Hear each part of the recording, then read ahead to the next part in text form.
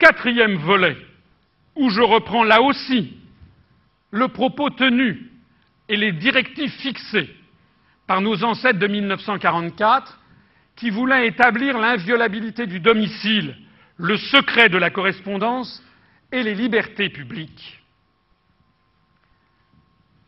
Nous assistons depuis plusieurs années à une remise en cause rapide, discrète, de nos libertés les plus fondamentales.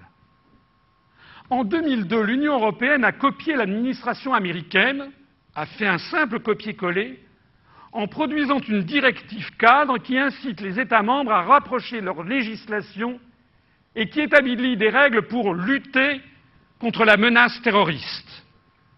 Cette décision a généralisé des mesures d'exception et transformé le paysage urbain et le code pénal. La guerre contre le terrorisme est une guerre à durée indéterminée, contre un ennemi inconnu. Elle a permis d'introduire des lois d'exception dans le droit commun en endormant la vigilance de la population et en banalisant la notion de contrôle. Les gens ont fini par accepter d'être tracés, contrôlés, sous prétexte qu'ils n'ont rien à cacher. Alors, par exemple, nous avons maintenant constamment dans les villes de France des militaires en armes. Vigipirate est devenu permanent. Ça avait été conçu en 1978, alors que l'Europe était confrontée à une vague d'attentats. Ce plan a été démultiplié au lendemain du 11 septembre 2001 et il est désormais maintenu en niveau rouge de façon continue depuis plus de 6 ans, depuis les attentats de Londres en 2005. La dernière version du plan en vigueur depuis janvier 2007 est fondée sur un postulat clair: la menace terroriste doit désormais être considérée comme permanente.